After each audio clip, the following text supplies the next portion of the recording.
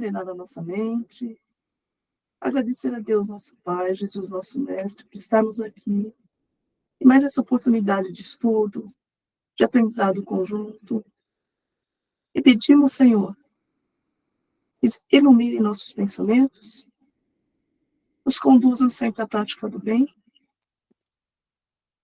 e sejamos sempre trabalhadores na paz, na luz, e inspirados pelos bons espíritos sempre. Graças a Deus. Bom trabalho. Obrigado, Suzana. Bom, amigos, bom dia para todos. Nós passamos aqui a palavra para a Monique e para o Renan, que vão fazer aqui o nossa condução de hoje. Ok, então, bom dia para todo mundo. Hoje estamos aqui de volta com o assunto da mocidade. E vocês chegaram a ver o nomezinho lá no grupo do tema? Quem viu? A Isabel disse que viu. Vocês conhecem esse nome, superficialidade? Já ouviram falar? Andréia já viu esse assunto algumas vezes. Mas vamos tentar entender o que é isso. Mas antes, a gente queria ainda fazer uma problematização, tentando pensar nos desafios da juventude. E aí a gente vai caminhando para então o problema atual, tá? Vou apresentar aqui a tela.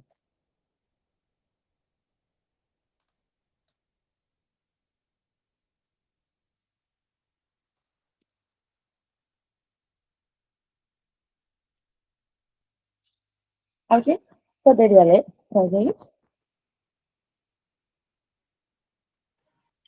Posso ler. Os desafios da juventude.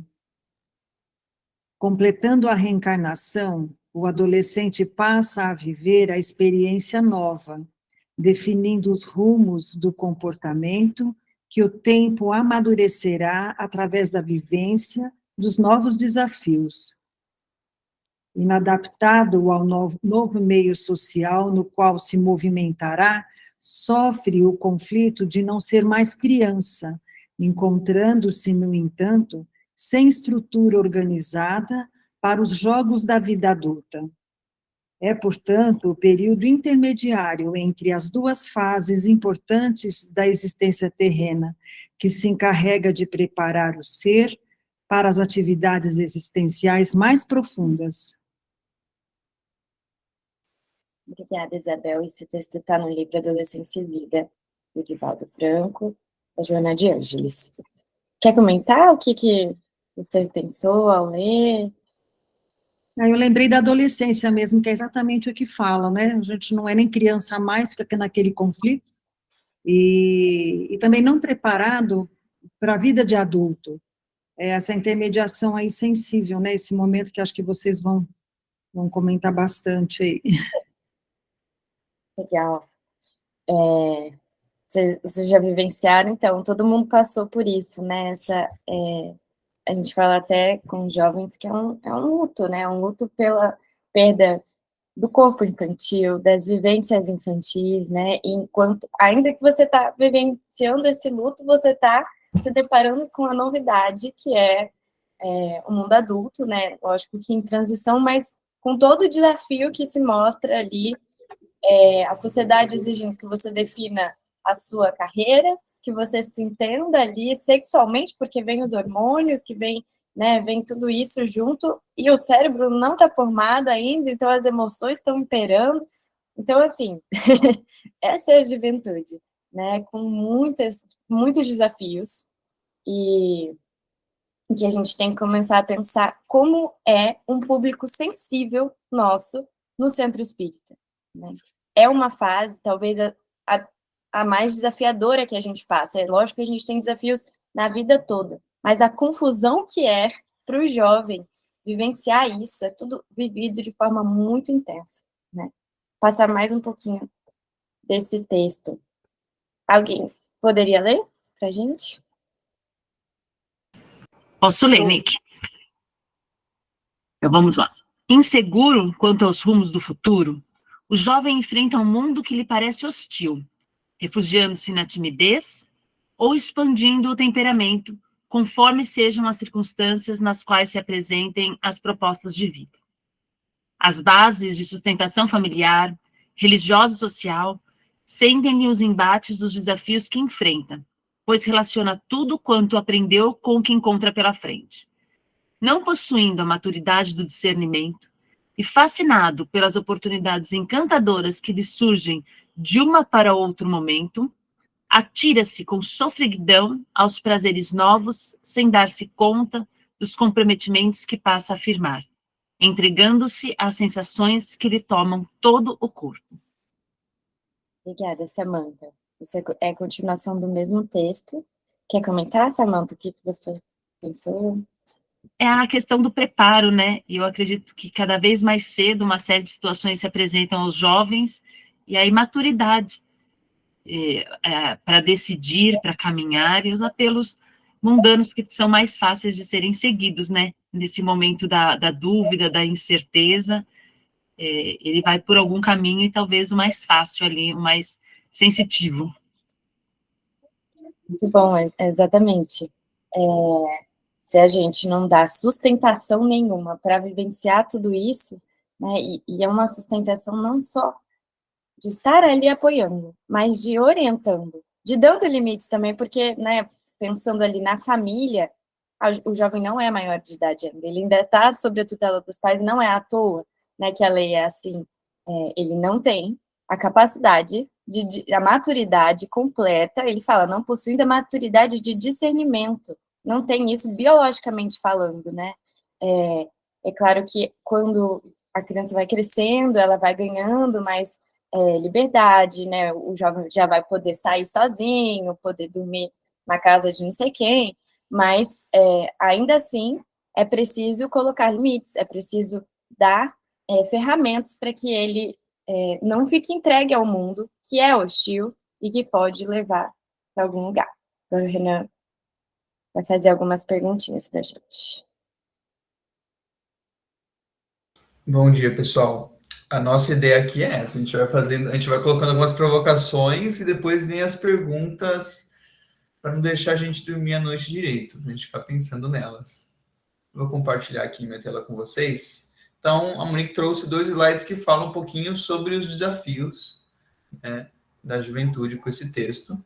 E a gente, com base nesses desafios, sabendo que a juventude é um estágio complicado, né, a gente coloca essas 2 perguntinhas, né? Quer que eu compartilhe? Pode ser.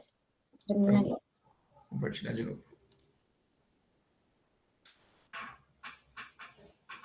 Então, são 2 perguntinhas, né, que se complementam.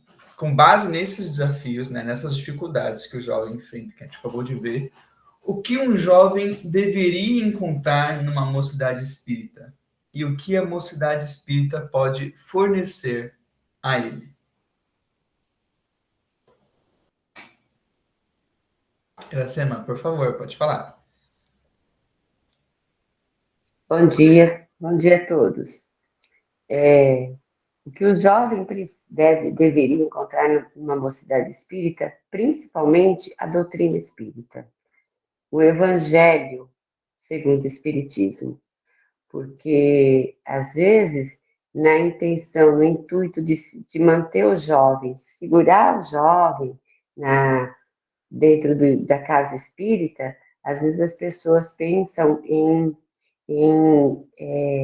trazer a doutrina espírita de um modo mais simplório, digamos assim, para que o jovem entenda, como se o jovem não tivesse capacidade de compreender. E o jovem tem, sim, capacidade de compreender a doutrina espírita. Então, a base da mocidade tem que ser a doutrina espírita.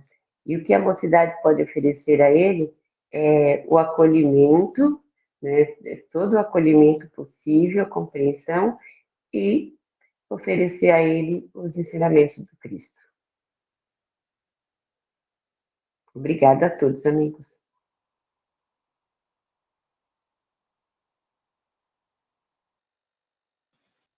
Né, você tá no mudo. Não, pode falar. Parece que eu estou falando o nome das pessoas. O Alteno levantou a mão e depois o Ayrton. Pode falar, Alteno. Sim.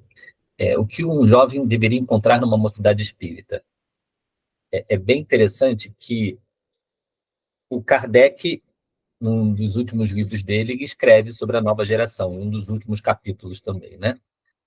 E nessa nova geração, ele fala que a Terra seria invadida pela nova geração. Desde aquela época já estava vindo a nova geração. Então, se hoje os nossos filhos são a nova geração, amanhã nós seremos a nova geração dos nossos filhos. Porque há uma renovação, a gente está vindo e está voltando. Mas Kardec diz que essa nova geração vai fazer uma grande mudança. E aí, quando a gente vê a evasão dos jovens, a gente pergunta, ué, Cadê esses jovens? cadê os jovens? Agora, respondendo a pergunta, é porque talvez nós, os adultos, não estejamos oferecendo ao jovem, ele não está encontrando nas mocidades o despertar que ele precisa. A nova geração está aí, mas uma semente, se você não rega, ela é só a semente. O que a mocidade pode oferecer a ele? Né? E além desse despertar, vai oferecer um grupo de pessoas, amigos dentro de valores que a gente aprova, onde ele vai se sentir seguro, onde as ideias dele que são revolucionárias, porque não ser egoísta é revolucionário, não ser vaidoso é revolucionário. Essas ideias, que são muito esquisitas no mundo, elas vão ser normais naquele grupo. Ele não vai se sentir um peixe fora d'água.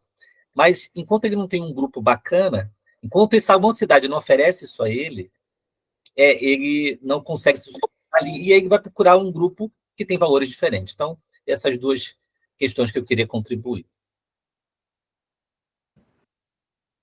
Bom dia a todos. Concordo com tudo que foi falado pelas pessoas anteriores aí que se manifestaram, e eu acho que a gente também tem que oferecer para o jovem uma nova maneira de ele enxergar o mundo, né? Sair do materialismo um pouco, né? E conhecer, né? Pelo menos tentar entender, tentar fazê-lo entender dos objetivos da nossa existência. Para que a gente veio para cá, né? Por que a gente está encarnado? Eu acho que se o jovem tiver uma visão mais espiritualizada da existência, né? Menos materialista, é um grande avanço. Bom, tem alguns comentários bem legais no chat também. Só falando que deveria encontrar a acolhida fraterna e alegria, o Dorival, na colher de açúcar do acolhimento, as gotas de remédio, que são as verdades da doutrina. Penso que a mocidade pode oferecer entre o mundo dos conceitos espíritas um ambiente seguro. E por último aqui o comentário do Renato, e daí eu vou abrir para a Marlene, e daí a gente já passa para o próximo slide. O comentário do Renato foi: deveria encontrar pares de similar ao seu momento de vida e pensamentos para uma melhor identificação. A partir daí, desenvolver os requisitos de organização que a mocidade pode oferecer, além da doutrina espírita, a certeza da imortalidade da alma, e ainda que o período aflitivo, esse vai passar mais em segurança, caminhando no conhecimento. Muito bacana os comentários. Marlene, quer fazer o nosso último comentário? Vamos lá, bom dia a todos, pessoal. Essas questões me levaram à minha adolescência. O jovem, ele precisa estar e sentir um grupo forte naquilo que a família acha que deva ser. Por quê? Porque quando o jovem vai para o colégio, lá, ele tem um grupo muito heterogêneo.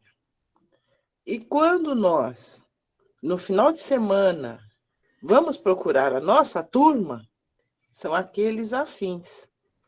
E eu me lembro muito bem que nós nos reuníamos no bailinho da Madre Esther. Vejam vocês o inusitado. A Madre Esther promovia bailinho entre os jovens. E ali nós formamos um grupo de amigos que alguns nós nos acompanhamos até o dia de hoje. porque aquilo que nós não tínhamos, né, na nossa casa, nós encontrávamos ali. A Madre Esther nos ouvia, a Madre Esther promovia carnaval na quaresma, ela transgredia, mas ela, ao mesmo tempo, nos ensinava valores. Então, eu creio que o jovem hoje, ele precisa muito mais ser acolhido no sentido mais do amor, para que ele compreenda os valores morais que são fundamentais para a gente construir uma sociedade melhor. Eu acho que ficou por aqui, tá? Obrigada. Interessante. Falou-se muito sobre doutrina espírita nas respostas, falou-se muito sobre acolhimento. A gente vai puxar um pouquinho agora, né? Falamos dos desafios dos jovens no início, a gente vai puxar agora um pouquinho para o tema do nosso dia, né? Que a gente colocou ali no grupo, né? A superficialidade na mocidade espírita, né? E aí a gente vai passar um vídeo agora para a gente entender um pouquinho o que é essa tal dessa superficialidade, tá? Talvez um vídeo que algum de vocês já tenham até visto. E aí a gente vai depois voltar em algumas perguntas sobre ele. Ô, Tênis, conseguiria projetar esse vídeo? Tá fácil aí? Sim, tá fácil. E é legal a gente pensar, né, nessa lógica que a gente foi seguindo. Então, a gente vê a mocidade enfrentando desafios, o que a gente deveria fazer, e agora a gente vai fazer um diagnóstico de como está hoje.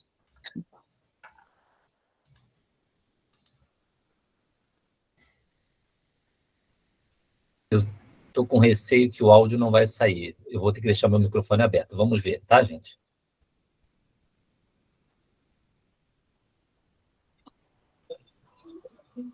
Primeiro, a tática utilizada foi de ataque de pessoas de outras religiões. Pessoas de outras religiões atacavam a doutrina espírita, atacavam o movimento espírita, e o processo acabou invertendo no sentido de que cada ataque das igrejas, da Igreja Católica e igrejas evangélicas que acontecia ao movimento espírita, as pessoas iam saber, ficavam curiosas para saber o que era esse tal de espiritismo. Iam nas obras básicas, nas obras subsidiárias, e se deslumbrava com a doutrina. Então, muita gente entrou para o espiritismo a partir dos ataques dos irmãos de outras religiões. Então, esse tiro saiu pela culatra. Depois, os espíritos eles resolveram atacar maciçamente os espíritas, individualmente. Muita gente, praticamente, saiu do movimento espírita, deixou, inclusive, a doutrina espírita. Nós vamos trabalhar isso no nosso seminário. E foi uma tática utilizada durante muito tempo, e até hoje essa estratégia é utilizada nas sombras.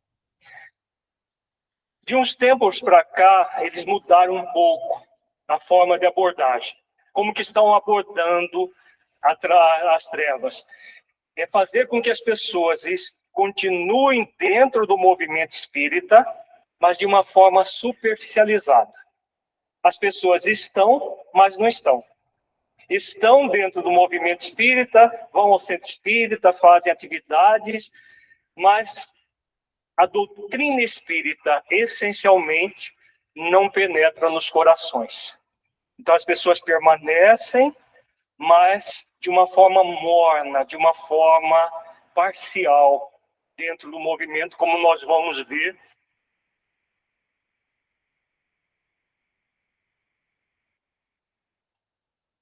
E o que vai acontecer com aquelas pessoas que frequentam centros assim? O que vocês acham que vai acontecer? Na hora do testemunho, quem fica na superficialidade, o que acontece?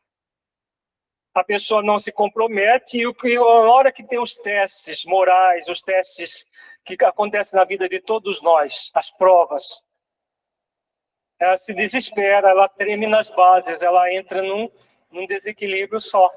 Por quê? Porque a doutrina não entrou dentro delas. Elas estão no movimento, mas a doutrina não entra. E aí, na hora do conflito, da dificuldade, a pessoa não tem substância para poder se libertar daquela dificuldade.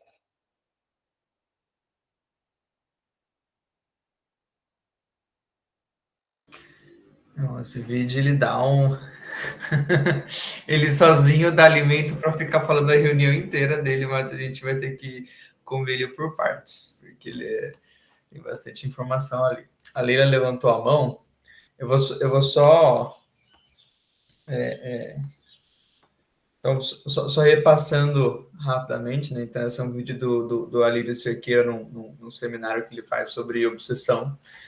Né? Ele traz esse conceito da superficialização do movimento espírita, né? Que ele define ali como as pessoas que estão na doutrina espírita, né? Estão frequentando o espiritismo, mas o espiritismo não está frequentando elas, digamos assim, né? Ou seja, o espiritismo ele não entra, né?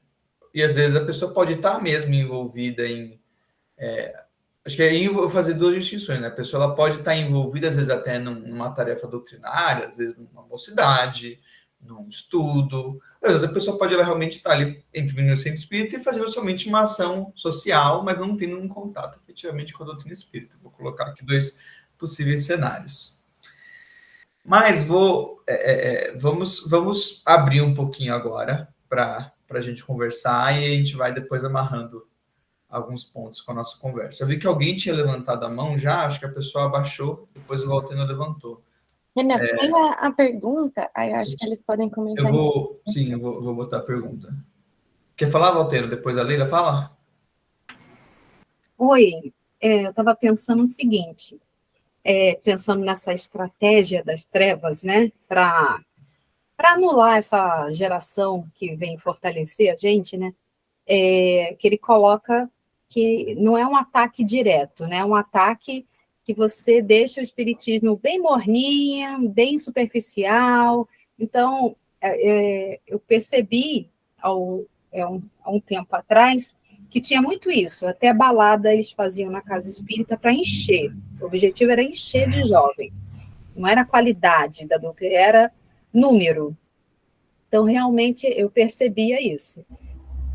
Ao longo do tempo, foi tendo um esvaziamento, né? Então, o que eu penso, assim, é uma consequência já de um trabalho sem raiz, né? Fraco, né? Então, assim, vai chegar um tempo que as pessoas vão assim, o jovem não quer ir porque ele não quer ir, porque faz parte da faixa etária, porque até balada a gente já fez. Mas, na verdade, essa falta de qualidade prejudica o vínculo, né? Era para ele estar apaixonado pelo espírito de sacrifício, pela doutrina, trabalhar para Jesus, mas como isso não foi bem construído, porque focou mais o número do que a profundidade do conteúdo, hoje a gente tem as consequências de um esvaziamento geral, até daquelas casas espíritas que promoviam eventos assim bem mundanos mesmo. É o que eu pude perceber ao longo dos anos. Jogar uma lenha na fogueira antes de passar a palavra para a Leila. Esse comentário da Mônica lembra para mim muito uma questão de a visão do que o Espiritismo traz, que nos convida a ter, sempre uma visão de médio, longuíssimo prazo, né? Nunca uma visão de resolver o problema no curto prazo, né? E daí a pergunta que a gente faz é: as ações que são feitas na casa espírita, né, de chamamento, elas fazem o convite e elas buscam manter as pessoas no curto prazo ou no longo prazo? Deixa mais essa provocação. Por favor, Leila, pode falar. Eu não sei se eu vou conseguir falar, porque eu tenho uma emoção muito grande com essa Monique, viu? Ou a gente teve, ou vamos ter experiências aí boas na doutrina, já estamos tendo.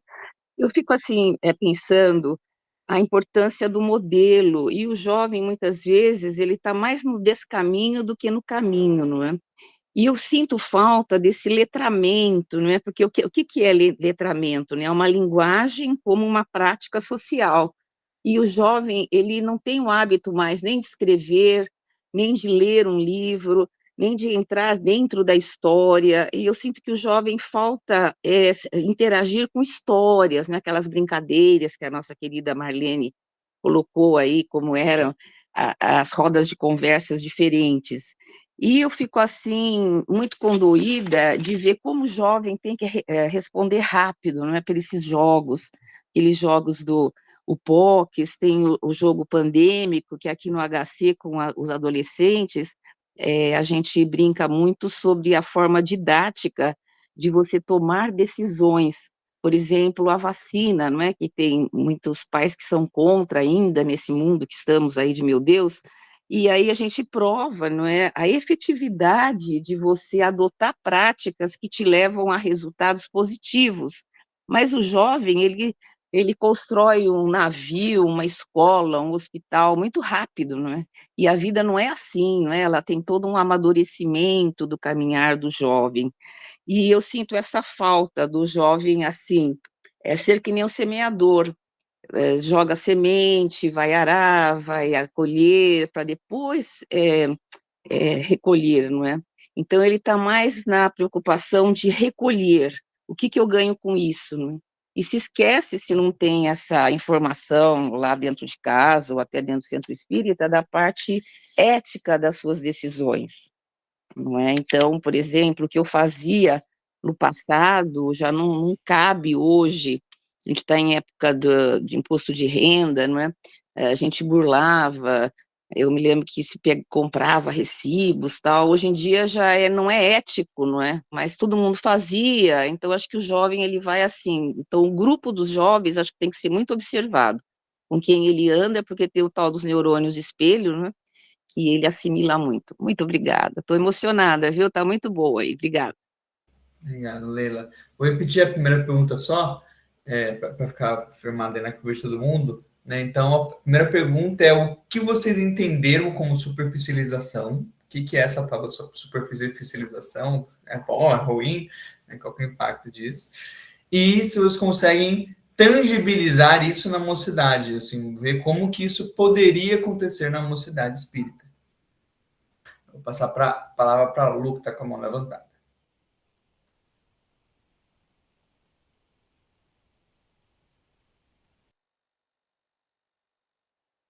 Será que a Lu caiu? Não sei, ela estava ali. Oi. Conseguiram me ouvir?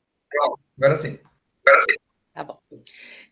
Lá no centro, na evangelização, eu estou com jovens. Eu tenho um desafio muito grande, porque os jovens que eu trabalho ali, que vão ao centro, são jovens atípicos, não são jovens que são filhos de espírita. Eu nem conheço a mãe deles. Muitas vezes, a família a gente se conhece assim, por insistência, por ir procurar, mas ninguém vai levar o jovem até lá, nem eu. Geralmente o jovem vai sozinho, e leva os irmãos mais novos, ou veio já pequenininho sozinho, que a mãe, nós trabalhamos no morro, a mãe deixa a criança no morro e eles sobem sozinhos.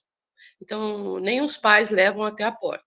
É um local bem carente ali, então é esse o perfil das crianças do centro.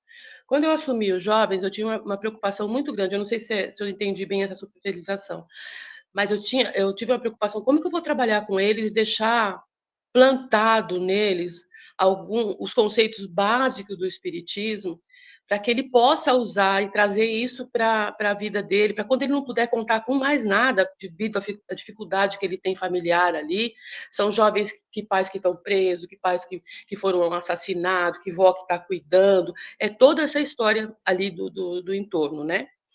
Quando eles não puderem contar com mais nada, eles souberem que ele tem um Deus que o Criador que ama ele e dá oportunidade, que tem a prece, que ele pode usar como em todos os sentidos.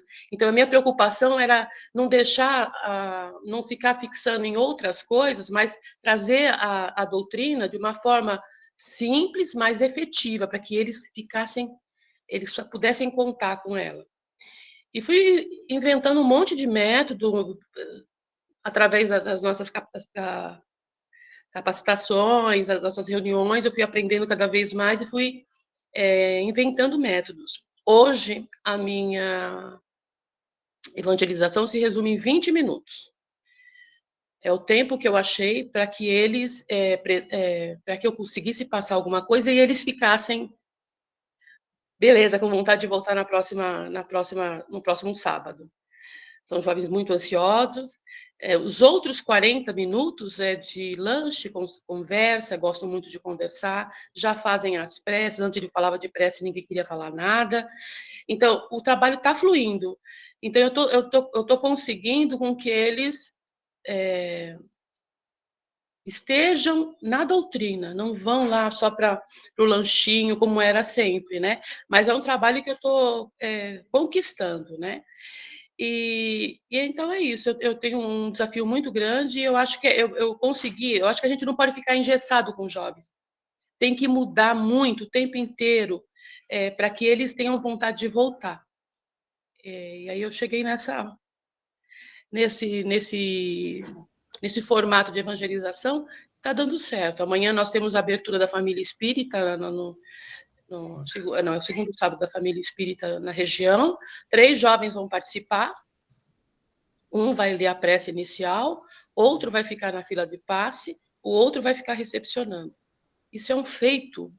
Olha, eu nem sei explicar o tamanho disso, porque isso representa para mim a espontaneidade deles. Quem vai participar? Os 3 se proporam a participar. Então, eu fiquei muito feliz. É um trabalho que está fluindo e eu acho que eu entendi o que eu entendi da superficialização aprofundar de uma forma que a semente realmente seja plantada e regada. Legal, Câmbio. Obrigada. É sempre gostoso a gente ouvir práticas, né, de como fazer dar certo, né? Por enquanto, a gente está conversando sobre fazer dar errado, né? E teve um pessoal que comentou aqui no chat que eu acho que eles foram bem direto ao ponto, né? Não é fácil a gente entender esse termo, então vamos, né, com a ajuda de quem está comentando aqui, entender. A Sheila comentou, superficialização na evangelização é não usar a doutrina espírita como base de sustentação aos temas abordados. Então, eu trago ali qualquer conteúdo, mas esqueço de mostrar ali a reencarnação, a imortalidade. O Renato também fala que é um mergulho no raso. Então, é quando a gente trouxemos apenas o plantio da vida física, se não falarmos do germe da semente, o espírito. Antes que vire floresta, é ele o jovem, e somos nós também. Se cuidarmos, iremos germinar, senão iremos secar. E o Cícero diz que superficialização deriva de superficialidade. Entendo que é tratar alguma coisa ou fazer alguma coisa de forma superficial, ou seja, sem dar valor ou importância, não se importar com o resultado. O Dorival disse que é a superficialização do Cristo, né? É não ter a prática, não ser um verdadeiro cristão.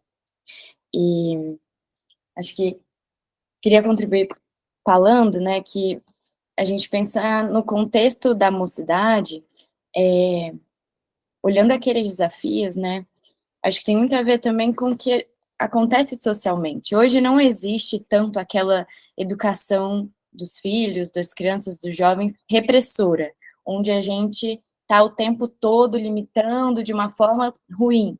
Pelo contrário, o problema nosso é outro.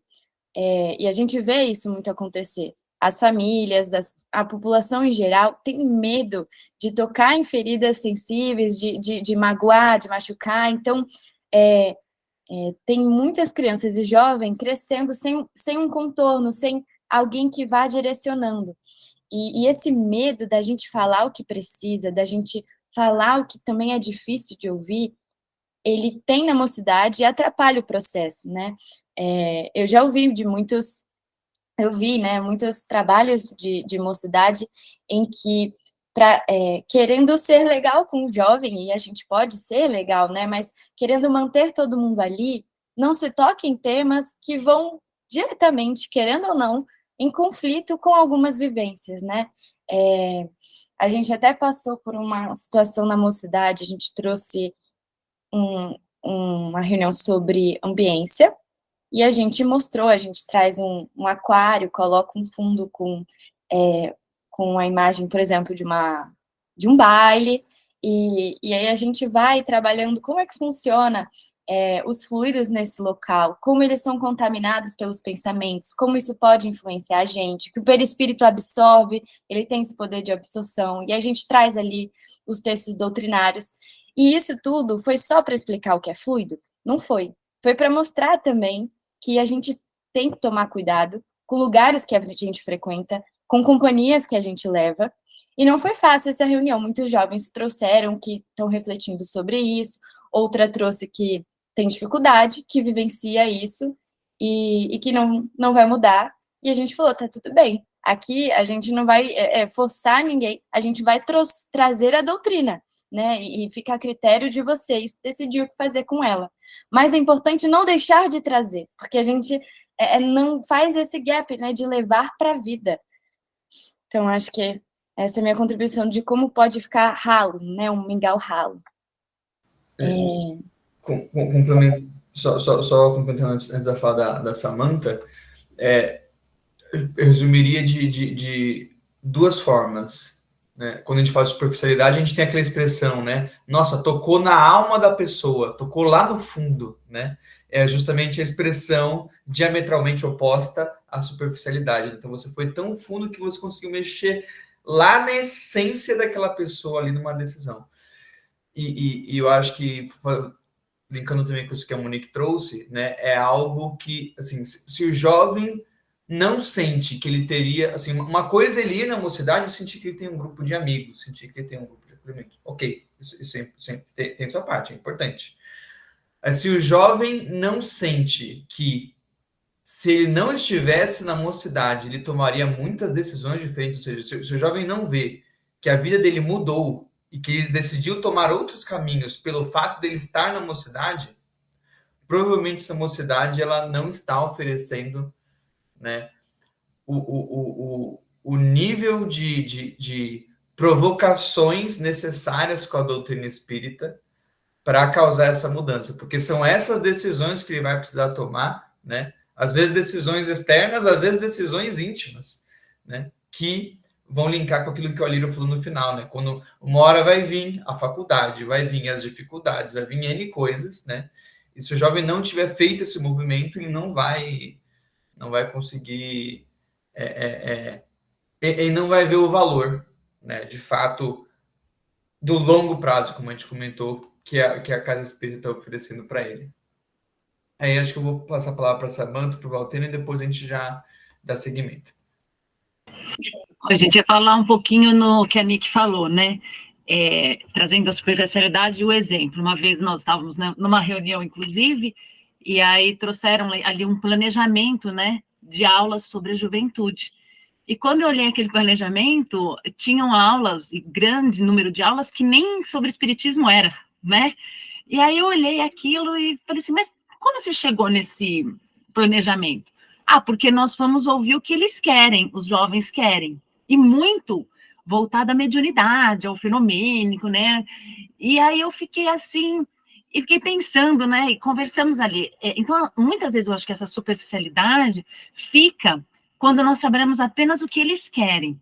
Porque, na verdade, eu disse assim, tem muito assunto aqui que eles nem sabem que querem, e querem, é que nunca tiveram oportunidade de ter contato.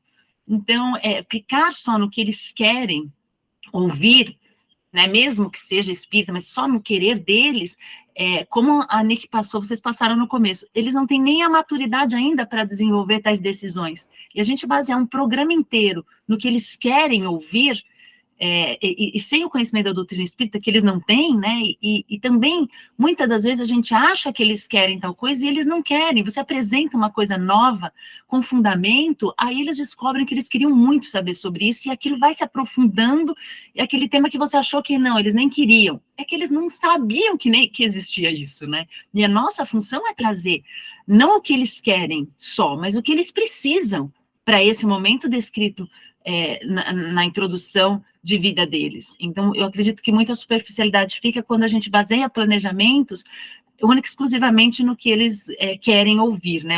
Lógico, não estou descartando que não devem ser ouvidos, que a gente não deve trabalhar o que eles querem, não estou dizendo isso, mas um equilíbrio é muito necessário nessa parte, para não ocorrer a superficialização.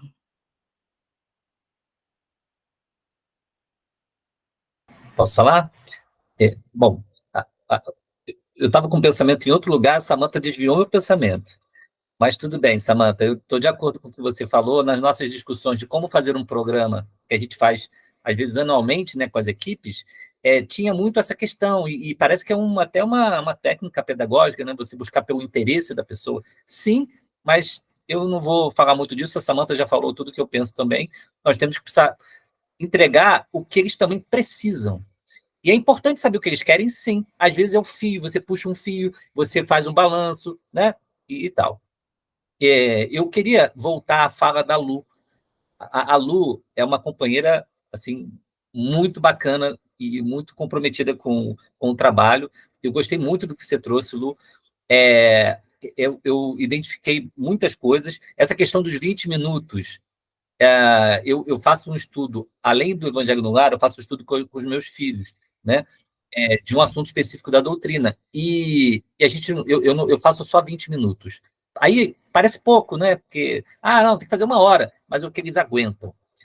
Mas isso não quer dizer que a gente tem que ficar nos 20 minutos, né? Porque seriam 20 minutos de espiritismo e 40 de outras coisas.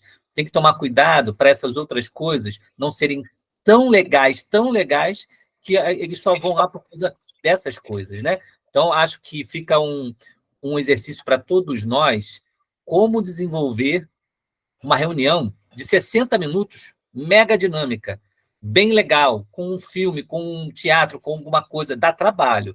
Eu falo isso quando eu planejo com a minha filha e com a minha esposa, normalmente elas olham o meu roteiro é muito intelectual demais. E aí, é muito doutrina e é muito denso. E aí elas olham e falam assim, não dá para fazer isso aqui, não. O jovem não vai... não, elas nem falam, eu só olho na cara delas, elas começam a dar as ideias, né? E faz uma coisa bacana. Por isso, no caso dos jovens, é interessante planejar junto com os jovens também, né? Então, a percepção do Renan, da Monique, sobre o trabalho com o jovem é muito mais atual do que a minha, porque eu já passei um tempo disso aí. Então, é interessante isso. Então, voltando para o tema da Lu, encorajá-la para poder pensar como dinamizar de tal forma que os 60 minutos tenham a ver com a proposta. Não é simplesmente fazer uma brincadeira ou uma dinâmica sem uma proposta. Tem que estar tudo dentro da proposta. Só que tem aí que fazer um trabalho de criação, né, que dá trabalho. Por isso que é sempre bom fazer em equipe. Tá? É isso que eu queria comentar. Mônica, você ia falar? Era dúvida, escola de orar está fora de contexto. Tá, pode seguir. Agora a Isabel vai comentar e a gente retoma os slides. Vou fazer um comentário rapidinho, a gente vai se perdendo, né, Valteno? Foca numa coisa a se falar, mas aí vai evoluindo, vai crescendo tanto, a gente vai prestando atenção e esquece até o que ia dizer. Mas eu não vou esquecer não, porque é alguma coisa especial. Eu fiz parte da mocidade, nasci em família espírita, tudo, em São Bernardo, e tenho uma companhia, mais de 50 anos atrás. E a Luzia Novak faz parte desse grupo, fica quietinha, era minha companheira lá de mocidade. Então, quando a gente fala sobre esse tema, a gente recorda que ele não era um grupo muito grande, mas a gente vivia, o ponto era muito música entre nós, na época. Tocávamos violão, mas se estudava bastante também. Aí eu fiz um comparado do que foi a nossa geração, não querendo também ficar naquela coisa do saudoso, né? Eu acho que o grande desafio, fazendo um paralelo, a gente não perder o foco, porque a gente saía, ia todo mundo ao cinema, era muito gostoso, mas a gente tinha, quando era estudo, e eu acho que muitas vezes o que acaba fazendo, a demanda hoje, a possibilidade do entorno, é muito grande. A geração agora é uma geração de muita coisa externa mesmo, né? Muito incentivo, muito estímulo, e se a gente bobear, a gente perde o foco. E se tem um foco, você pode usar o lúdico imaginário, e vocês são muito ricos, a família é muito rica de lúdico, de imaginário, pelo que eu vejo, é o que o Valteno falou, né? É o propósito, é ali a massa crítica que tem que ser passada, vamos rechear, mas assim, com certeza, vocês não perdem o objetivo do que tem que ser feito, né?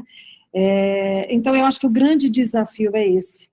A gente percebe até, por exemplo, hoje sendo avó também é a mesma coisa, se você, quero, vamos lá, você vai, mas a hora que você fala, é para olhar fazer um combinado, olhar no olho, entendem, mas a gente também precisa mostrar um rumo, a gente não pode perder o propósito nosso nesse trabalho que é gigantesco e importantíssimo, é desafiador, mas eu acho que o caminho não vai ser outro senão esse mesmo e o Espiritismo tem o que é de melhor e mais importante, que são as ideias encadeadas, que são as verdades, toca-se nas verdades do que é o viver, então é profundo tudo isso.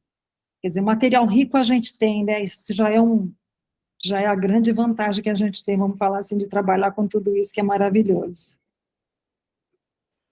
Mas muito legal como as ideias vão somando, né? Muito bom. Queria acrescentar aqui uma frasezinha que o Paulo colocou, que a superficialização é a falta de paixão do jovem pelos ensinamentos do Cristo. Eu gosto muito disso, assim, gostei muito desse termo da paixão, que acho que me lembra também despertar, porque não é só conhecer, mas é entrar, sabe, fazer mudanças e emocionalmente eu estar envolvida com aquilo de forma a querer fazer sacrifícios, porque é isso, né? A gente tem que sacrificar o nosso eu, o nosso homem velho, e também algumas coisas da juventude para poder seguir Jesus, né? Bom, eu pensei em passar um vídeo agora, até te perguntei, você não respondeu. A gente já passou do Raul Teixeira aqui? Senão a gente... Eu creio que sim. Foi, né? Tá. Então eu vou seguir aqui com os slides.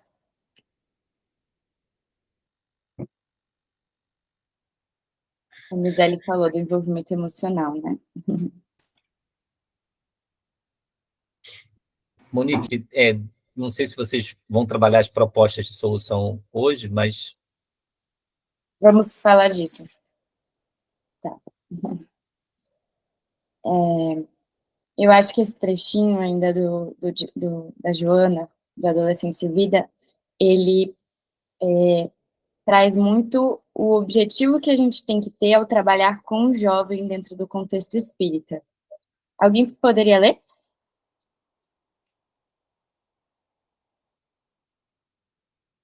Posso ir de novo. Tá bom. Elucidando quanto ao investimento que a todos é exigido, desperta-o para a semeadura por intermédio do estudo, do exercício da aprendizagem, do equilíbrio moral pela disciplina mental e ação correta, a fim de poder colher por longos, senão todos os anos da jornada carnal, os resultados formosos que são decorrentes do empenho pela própria dignificação.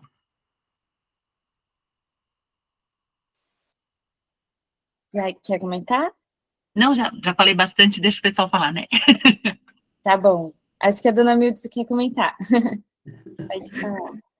Falando, muita paz a todos. Perdoe a voz, mas falando da emoção, relembro que ao chegar aqui, juntamente com uma turminha de Santa Adélia e de Catanduva, não tinha ainda o Obreiros do Senhor, mas encontramos o Centro Espírita Emmanuel com a Mocidade Espírita de São Bernardo do Campo.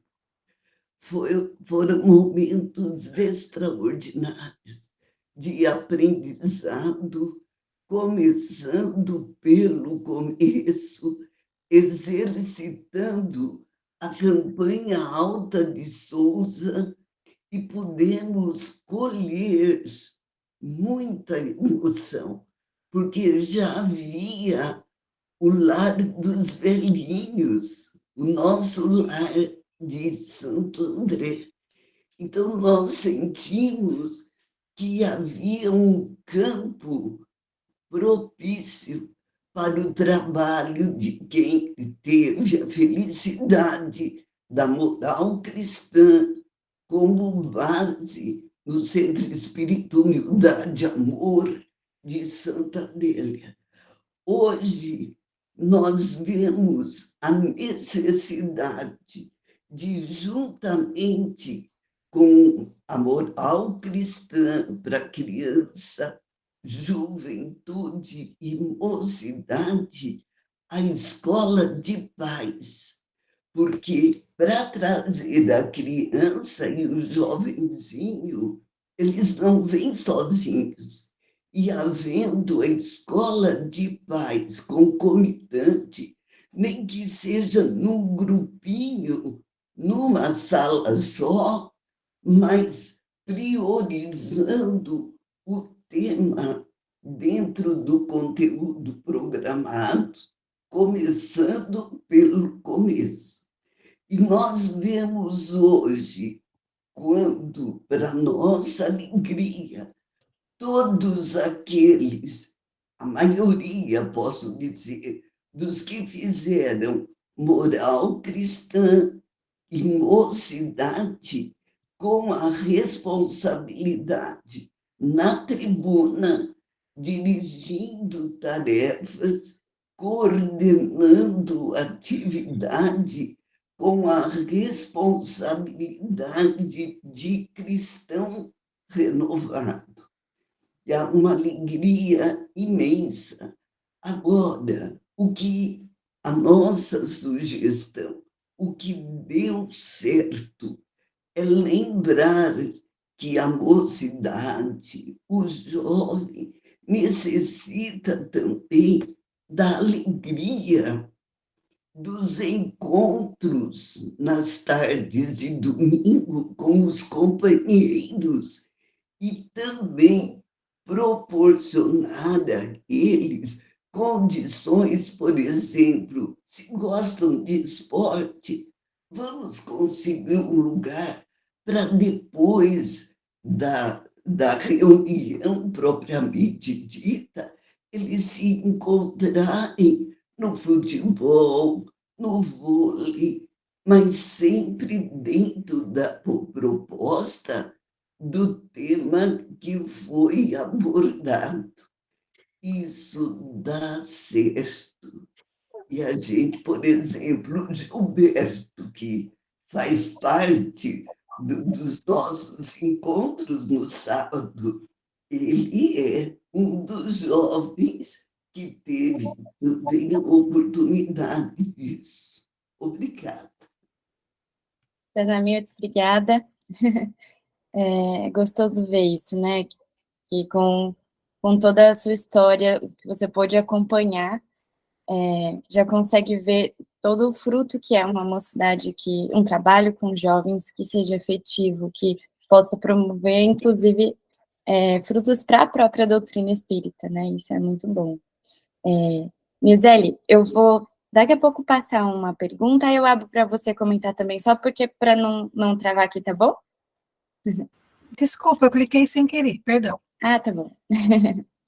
Então, aqui nesse texto, né, está trazendo que o estudo, ele tem que possibilitar que o jovem desperte para a semeadura, então para o trabalho, para o exercício da aprendizagem, então essa busca por saber, e também o equilíbrio moral pela disciplina, né?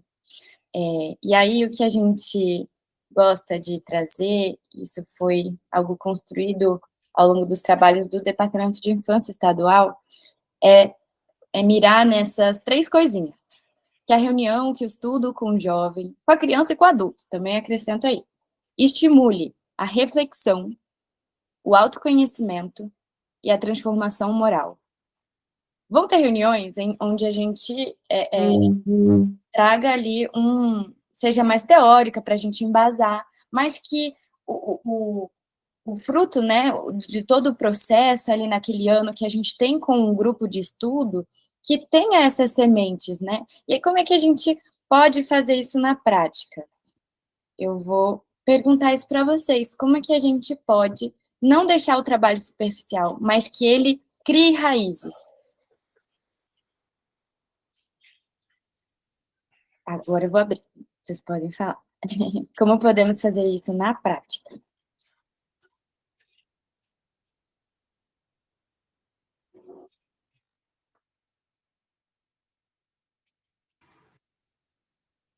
Pode falar, Samanta, e depois o Renato.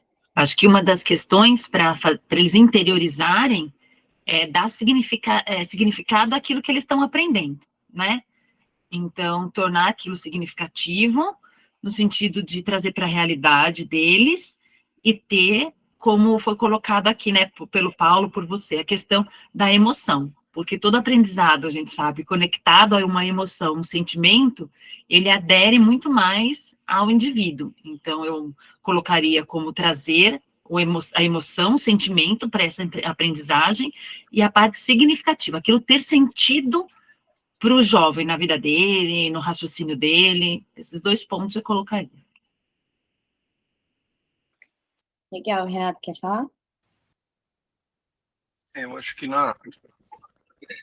Bom dia, amigos. Eu acho que na prática fazer parte, né? É o pertencimento à atividade, à tarefa, à casa, ao ambiente da casa, né? Não ficar restrito a um único espaço, né? Conhecer de fato, né, o que faz o centro espírita, participar, né? Mas isso colocar mesmo a mão na massa, fazer, pertencer e permitir que se pertença, né? E fazendo isso em contato com os mais experientes e tudo, mas efetivamente fazer, né? Porque senão a gente fica estancado em lugares, né? Distantes uns dos outros, o tempo vai passando, nós vamos continuar envelhecendo, os jovens também, e nós não nos comunicamos e os centros fecham as suas portas, porque não tem quem continue. Muito importante que você trouxe, né, Renato? Eu acho que a gente podia ir construindo tijolinhos. Então, a Samantha falou sobre que aquilo seja importante para a vida do jovem, que o conteúdo tenha um envolvimento emocional, traga um envolvimento emocional, e você trouxe o pertencer, né? Então, se eu não me identifico com esse grupo, se eu não me sinto pertencente, se eu não me sinto acolhido aqui, eu não tenho raízes também nesse grupo. Eu posso sair a qualquer momento, e não vai ser efetivo. Então, vamos agora ouvir o tijolinho do Valteno, do Gilberto e depois do Dorival. A verdade é da Mônica. Obrigada, Monique. Estou pensando aqui, teve um trabalho chamado Escola de Heróis, que era lá na Casa Espírita, as crianças ficavam soltas depois da evangelização e faziam barulho, corriam naquele corredor e tal. E aí a direção da casa já estava fazendo pressão para a equipe de evangelizadores resolver aquele problema. Aí a gente conversou com os jovens, falou, olha, por que a gente não faz um projeto com eles, que é o seguinte, eles teriam que, o jovem primeiro teria que estudar a vida de um herói da humanidade, estudar profundamente, e depois eles teriam que transformar isso em teatro, contação de histórias, e isso aconteceu durante alguns anos, né? E chegou um momento que a criança gostava mais da escola de heróis do que da evangelização. E aí passou um tempo, esses jovens se tornaram evangelizadores. Aí o projeto acabou, porque ficou só 2 jovens. E aí a gente não queria deixar ele com todas as crianças misturadas da faixa etária, mas os pais vieram reclamar porque o projeto acabou.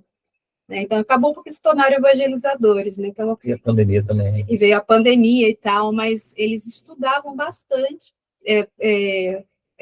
planejavam online antes da pandemia. Olha que coisa, né? Era só para compartilhar. Legal. Agora, Gilberto.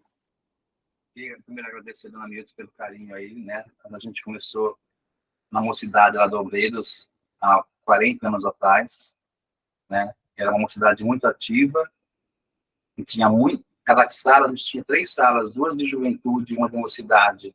Cada sala tinha uma média de 40 alunos, 40 participantes em cada sala, então era uma turma muito grande, então tinha muita atividade.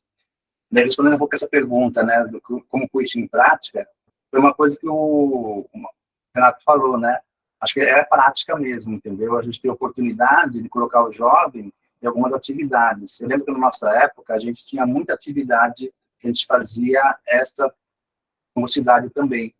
Era visita em asilos, orfanatos, a gente levava grupo de música para cantar também. Existem leprosários, né, que hoje em dia quase nem existe mais. Nosso grupo de mocidade ia visitar os leprosários, né, para fazer mais condição. Então, a gente tinha muita atividade prática. Passava da campanha Alta de Souza, que era para pedir a doação de alimentos para a nossa instituição assistencial mineira, para a IAN, para as famílias carentes, a gente assiste lá. Então, a Pomba da Mocidade era em peso nessas campanhas aos domingos, 2 domingos por mês. Então, era a oportunidade de ter alguma coisa prática também, de colocar, porque o jovem, ele não quer ficar só ouvindo muitas vezes. Ele também quer poder participar. Estou com o microfone levantado aqui. Ele quer poder participar também das atividades, né? Poder participar das coisas e colocar também, né? Então, essa oportunidade de ter o teatro, ter grupo de música junto com eles, é muito importante também, né? Dar a oportunidade deles atuarem e serem participantes também ativos, não somente ouvintes passivos, que eles não querem isso também, né? O jovem quer participar. Muito legal, Gilberto. Gilberto e a Mônica trouxeram mais um tijolinho de trazer oportunidades de trabalho, né? Eu e o Gilberto veio em toda a Mocidade do Obreiros, é isso? Sim. Que legal. A gente tinha a IAN, né? Na época da nossa mocidade a gente tinha a IAN, então a gente lá tinha quadra para a gente poder jogar bola também, depois da reunião da mocidade a gente jogava bola, ficava lá, o pessoal ficava, né? Então a gente tinha essa oportunidade de ter uma interação também esportiva, né, que ajudava bastante. O pessoal ia para acampar junto, ia para fazer bailinho, todo final de semana tinha um aniversário para a gente ir, né? Cinema, era uma bênção. Que legal.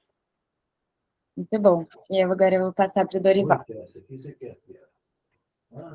Tem um microfone ligado. Você quem consegue mutar? Pode falar, Dorival, desculpa. Imagina, algo que me parece absolutamente fundamental nos dias presentes é trabalharmos a questão da autoestima das crianças e dos jovens, e isso nós precisamos resgatar isso através de um movimento de afirmação do valor intrínseco das crianças e dos jovens. E me parece que um caminho importante para isso seria uma atitude, embora não conscientemente, mas um movimento oposto ao da Igreja Católica, seria o de nós afirmarmos para as nossas crianças e para os nossos jovens que eles são portadores da virtude original dentro deles. E qual é essa virtude original? É o fato de nós termos a chama crística dentro de nós, né? De nós sermos todos destinados à perfeição.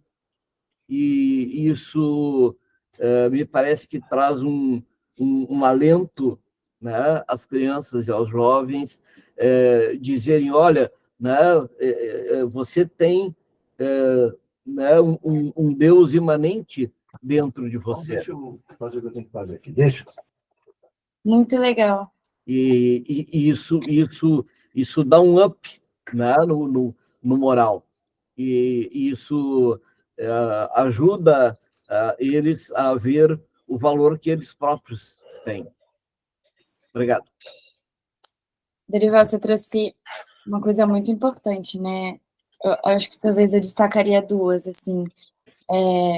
A primeira é como fazer isso na prática, né? Mais um tijolinho, a gente se conectar com um problema atual. Então, há um problema de autoestima, há um problema de se ver útil e importante ali, né, no meio onde você está. E o segundo é se conectar, que a gente possa se conectar com esse espírito imortal que está ali, com a essência dele, né? Porque se a gente fala com a essência, aí mexe, né? E como é que a gente trabalha a autoestima, né? Dentro do estudo, dentro do centro espírita, não vai ser do jeito que lá fora tem tratado, porque a autoestima lá fora é você é lindo, você é perfeito, que não sei o quê, e você tem que se valorizar, e nananã. E, gente, que os espíritos falam pra gente? Seja severo consigo mesmo, vocês são espíritos de terceira ordem, perfeitos, se vocês não caminharem, né? É o contrário. Mas qual autoestima que a gente vai trabalhar, então? A da essência. É o que você falou, né? Da virtude original, do Deus em nós, da nossa potencialidade, daquilo que a gente deve ter sido planejado para fazer e que a gente pode fazer. Se a gente não fizer, ninguém vai fazer pra gente, né? Então, é de outra maneira que a gente levanta, né? Uma maneira mais profunda e que não envaideça. Eu vou passar para a Suzana e a gente vai caminhando para finalizar. Eu não tenho uma resposta, não, mas as suas provocações só geram mais perguntas, né, Nick? Então, assim, ouvindo todos, eu me fiz algumas perguntas, que eu não tenho resposta, mas eu vou compartilhar as perguntas que eu me fiz. Quando eu ouvi o Valtero falando sobre sementes, eu pensei assim, mas as sementes são tão variadas que a gente planta, né? E nós somos sementinhas variadas. Então, nós estamos falando que alguns são sementes de café, outros são sementes de tâmara, outros são sementes de laranja, outros são sementes de limão. E cada um tem o seu tempo de despertar, tem o seu tempo de florescência. Então, foi minha reflexão. Aí, a minha próxima reflexão foi assim, quando Jesus veio, ele conseguiu nos tocar, isso ficou registrado de alguma forma, ele foi levado, né, à crucificação, no entanto, ele deixou toda uma mensagem registrada que vem até nós até hoje. E aí eu me fiz uma pergunta. Se Jesus chegasse a nós hoje, com a moral que ele tem, que nós conhecemos, com o objetivo que ele tinha, com o propósito que ele tinha, como ele agiria com os jovens hoje? Como ele faria? Adaptando ao modelo de hoje. Né? E sem ser superficial, porque Jesus não era superficial, né? Então, assim, aí nessas perguntas, nessa provocação, me veio aqui assim, Jesus usava amor, né? Sem querer ser romântica ou reducionista, né? E assim, então, aí outras reflexões vieram.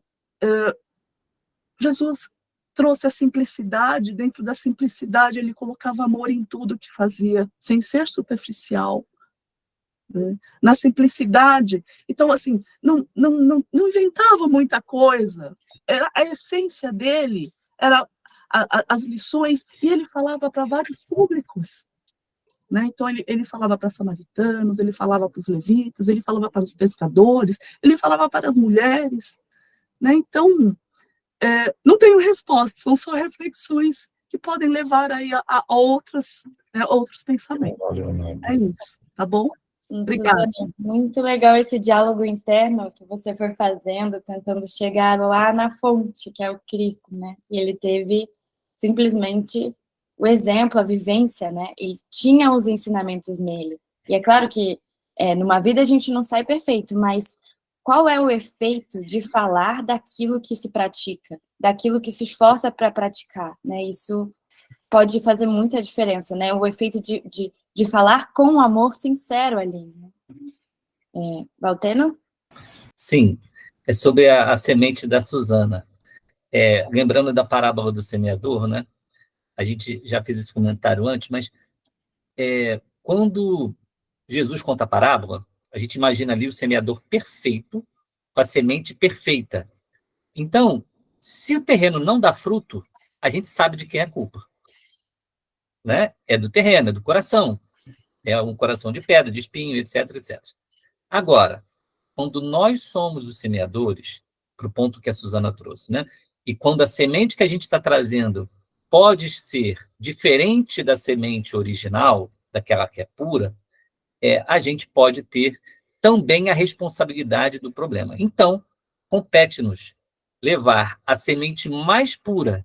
Isso significa que a gente precisa se capacitar para isso, com o estudo da doutrina, e entender a doutrina da melhor maneira que a gente conseguir, de forma que quando a gente for falar da doutrina, chegue uma semente menos perturbada, né? Menos com as nossas imperfeições ali. Além disso, as abordagens, a dinâmica, a técnica que a gente utiliza para semear, a maneira como a gente faz a semeadura, também é importante. Se eu aperfeiçoar a minha capacidade de semear, eu tenho mais chance que aquela semente entre e ela consiga construir raízes e seja mais profunda no jovem, etc. Então, as duas coisas importantes do que eu acabei de falar foi estudar a doutrina para você ter a semente pura e aperfeiçoar a sua prática de semear, porque isso vai ajudar que aquilo ali entre com mais vigor, né? Aproveitando a mãozinha do Valteno, né? Essa questão do se germina, será que a gente não pôde fazer mais coisa, não fez, né? O pessoal fala que o aprendizado com amor flui mais, né? E aí, a afetividade no aprendizado, aquele aprendizado fica grudado na mente da criança e do jovem, né? Mas o afeto não é só gostar de falar com o jovem, é tudo que afeta, né? Então, aquela frase do Paulo, fiz-me fraco, fiz-me forte, fez de tudo para chegar a levantar alguns, né? Então, que recursos que você utiliza no centro espírita para afetar, para que sensibilize a criança e o jovem? Então, quando a gente fala que a afetividade, ela possibilita o aprendizado, não é só falar, eu amo, eu falo com carinho, eu tenho muito amor. Não. O que, de fato, você faz para afetar, para sair daquele estado morno, para que a criatura se sensibilize. Muitas vezes é preciso você mostrar alguma coisa sobre o aborto para que ele não venha a abortar. Então, aquilo afetou. Você mostra um pulmão danificado pelo fumo, isso o afeta, mas ele se sensibiliza para a importância daquele órgão, né? Então, assim, às vezes só falar resolve, né? Mas às vezes você precisa realmente usar recursos que sensibilizem. E aí a segunda pergunta dela foi sobre os recursos, né, que você está respondendo. Eu lembro de Paulo desesperado, querendo atender todas as cidades e não conseguia tantos pedidos de ajuda. Aí Jesus inspira ele para que ele utilizasse os poderes do Espírito. Então, usando uma mega tecnologia, ele fez pergaminhos fazendo as cartas de Paulo, né? Hoje, nós temos a mega tecnologia a nosso dispor. Quer dizer, quantos recursos, como a Mônica está falando, né? Trazer fotos, filmes, teatro, etc. A gente pode usar os poderes de espírito para prosseguir na tarefa, né? É isso. Nossa, gente, muito legal. Eu até fui colocando, eu falei dos tijolos, eu coloquei aqui no chat uma síntese do que todo mundo foi falando, assim.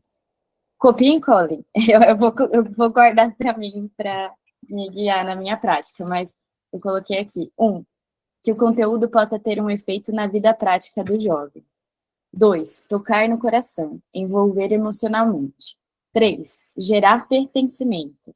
4, dar oportunidades de trabalho. 5, trabalhar a autoestima da maneira certa. 6, se conectar com a essência, mostrar que possuem Deus e a virtude original dentro deles. 7, buscar ser exemplo, ter o amor como Cristo. 8, a didática. E 9, sensibilizar, afetar. Acho que fica para a gente muitas recomendações.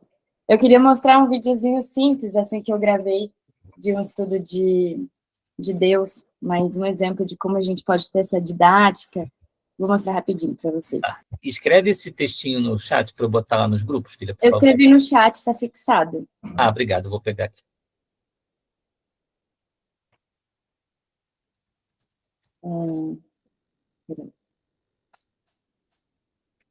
Primeiro, a gente pediu era uma reunião sobre Deus, e aí a gente pediu para os participantes desenharem Deus, mas não no sentido, né, a gente sabe que desenho material eles tinham aprendido na reunião anterior, mas a partir disso, ó, vou colocar sem som, mas os participantes foram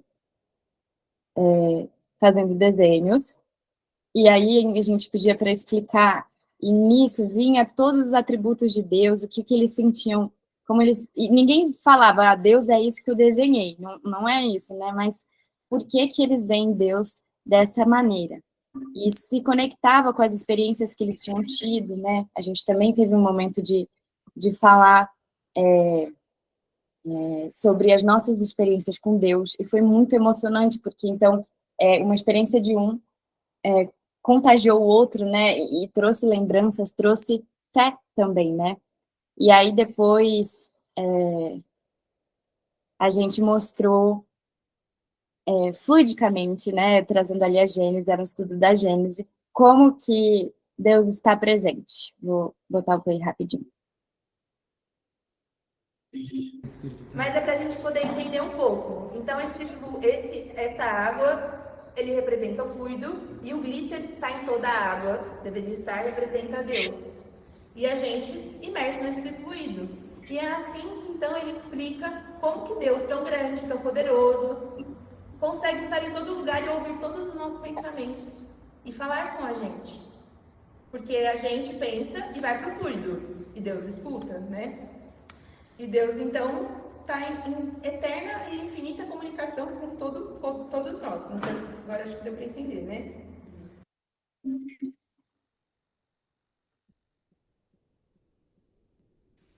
Foi um trechinho e a imagem não ficou muito boa daquele ângulo, né? Mas quem via presencialmente tinha lanterna, tinha um glitter caindo assim.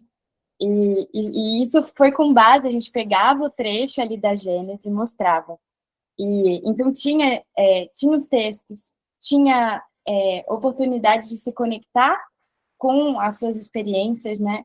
E também o recurso que facilitava. Mas o mais chocante, gente, é que não era um estudo com jovens. Esse era o nosso ESD, com os adultos da casa, onde eles desenharam, onde eles fizeram. E isso, gente, as pessoas todas as vezes agradecem por essa oportunidade de poder chegar na reflexão de modo diferente, né? E se a gente pensar na casa espírita como um todo, em que desde a infância até a fase adulta a gente pode sim trazer o conteúdo de outra forma que afete, né? Tendo essa ideia, a gente pode ter mais jovens na casa, porque então ele não sai quando vem à faculdade, ele olha para o ESD, olha para o estudo e fala, não, aqui é interessante também, aqui eu também sou afetado. Não é um manual onde eu vou aprender a ser espírita, né? Isso tem efeito, né? Alguém quer falar alguma coisa para finalizar? Só lembrando, esse ESG, há um tempo, né, Monique, tinha um jovem de 14 anos e tinha uma senhora de 70 anos na mesma turma. Então, para a gente, independe, porque a gente procurava colocar a coisa de uma maneira sempre muito dinâmica, muito boa para refletir, né? E a gente tem pessoas iniciantes nesse estudo. É muito difícil entender como assim Deus sente a gente pelo fluido, né? E aí tinha lá a caixa da água, né? Bom, é isso. Acho que até outro ponto, ontem eu estava preparando a reunião da mocidade de hoje e acho que um exemplo prático, né, de como a gente fazer isso. Eu sempre pergunto e daí? E daí esse conteúdo? Então, a gente vai falar de perturbação espiritual, a separação da alma do corpo.